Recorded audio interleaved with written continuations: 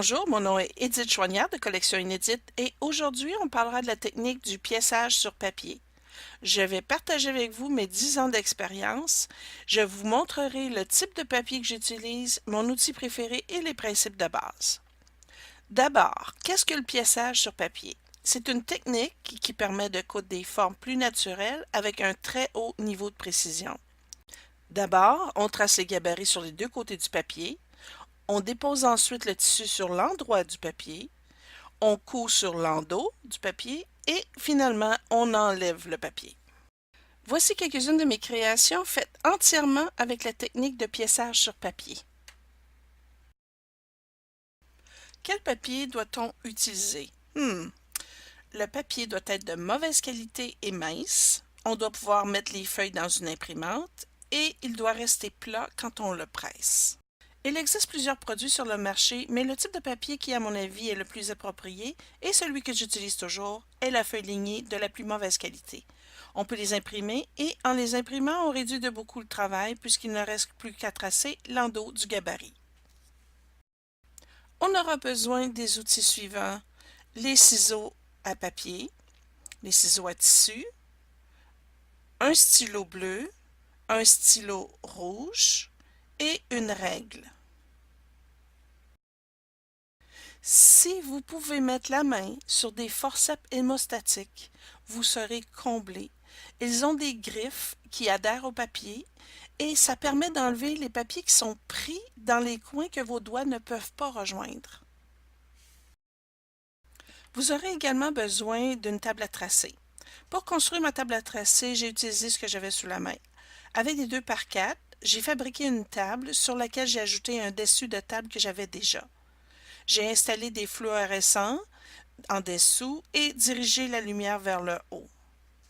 J'ai aussi collé une barre de tension avec un bouton pour allumer la lumière au besoin.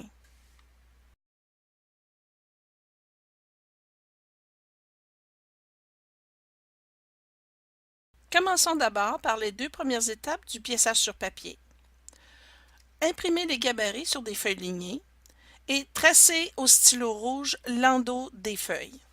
Si vous ne pouvez pas imprimer les gabarits, vous devrez tracer les deux côtés du papier. Tracez d'abord au stylo bleu l'endroit du papier et au stylo rouge l'endos. Les couleurs permettent facilement d'identifier le côté du papier sur lequel on doit placer les morceaux de tissu et le côté du papier sur lequel on doit coudre. Chaque gabarit comprend une séquence alphanumérique et lorsque vous tracez les gabarits, vous devrez écrire la séquence sur les deux côtés du papier. J'utilise toujours une valeur de couture de 1/2 pouce représentée par la ligne pointillée rouge. Lorsque vous placez vos morceaux de tissu sur le papier, vous pouvez parfois avoir besoin d'une valeur de couture plus large au cas où les morceaux de tissu soient mal placés. Cela vous sauvera du temps et vous évitera de défaire le travail. Il ne vous reste qu'à couper tous les gabarits sur la ligne pointillée rouge et vous êtes prête à placer vos morceaux de tissu sur le papier.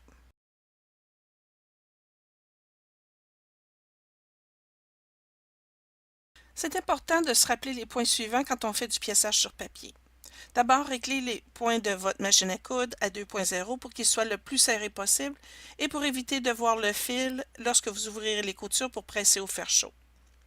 Vous devez suivre également les séquences alphanumériques inscrites sur le papier. Et un des principes de base est que tous les morceaux de tissu que vous placez sur l'endroit du papier devront être positionnés de façon à ce que le tissu, une fois cousu, se déplie vers l'extérieur du papier. Jamais vers l'intérieur, peu importe si ce sont les deux premiers morceaux de tissu ou le dernier. On est maintenant prêt à placer les deux premiers morceaux de tissu. Alors, placez le premier tissu, 3A, l'endroit vers le haut, sur l'endroit du papier. Le tissu doit entièrement couvrir la première unité et dépasser les périmètres d'au moins 1/2 pouce. Ajoutez le deuxième tissu, 3B, mettre l'envers vers le haut et placer directement par-dessus le morceau 3A. Ensuite, testez la direction du tissu avant de coudre. Rappelez-vous que le tissu, une fois cousu, doit se déplier vers l'extérieur du papier. Épingler et tourner le papier de l'autre côté et coudre sur la ligne de couture rouge qui sépare les unités 3A et 3B. Vous pouvez coudre un peu plus loin si vous le désirez, mais pas trop. Si vous cousez trop loin, ça vous prendra plus de temps pour enlever le papier à la fin.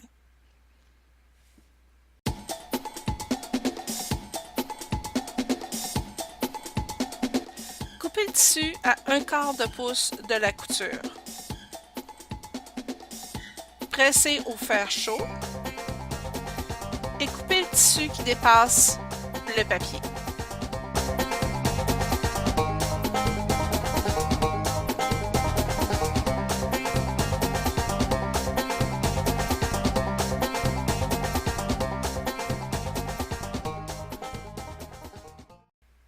Placez le troisième morceau de tissu endroit vers le haut sur la table.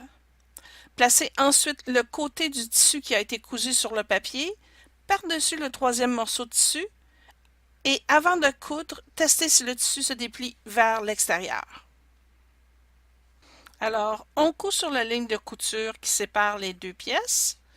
Ensuite, on coupera le tissu à 1/4 de pouce de la couture. On presse et on coupe le tissu excédentaire.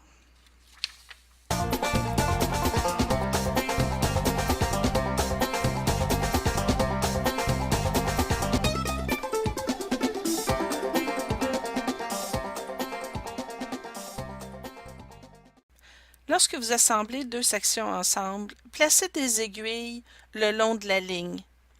Plus il y a d'aiguilles, plus votre couture sera bien alignée.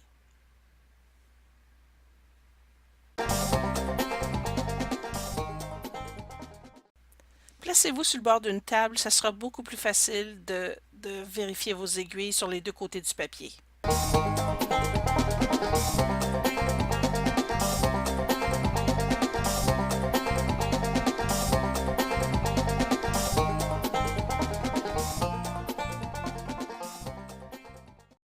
Lorsque toutes les aiguilles seront alignées de chaque côté des sections, ajoutez d'autres aiguilles à environ 1,5 pouce plus haut et parallèles aux aiguilles qui sont déjà sur la ligne. Ces aiguilles retiendront les deux sections pendant que vous faites la couture. Si vous mettez des aiguilles perpendiculaires à la ligne de couture, les sections vont décaler et vous devrez recommencer. Avant de coudre, ajustez vos points à 5.0. Faire votre première couture et si la couture est bien alignée, refaire une deuxième couture mais à 2.0. Si lors de la première couture, les deux sections ne sont pas alignées, vous pourrez facilement défaire la couture et recommencer. Enlevez maintenant les aiguilles et vérifiez ce que vous avez fait. Avant de presser au fer chaud, vous devez enlever le papier qui est dans le valeur de couture et sur les deux côtés. Ici, je travaille avec mon outil préféré qui me permet d'enlever les petits morceaux de papier qui restent pris dans les endroits qui sont difficiles d'accès. Alors, on ouvre les coutures et on presse au fer chaud.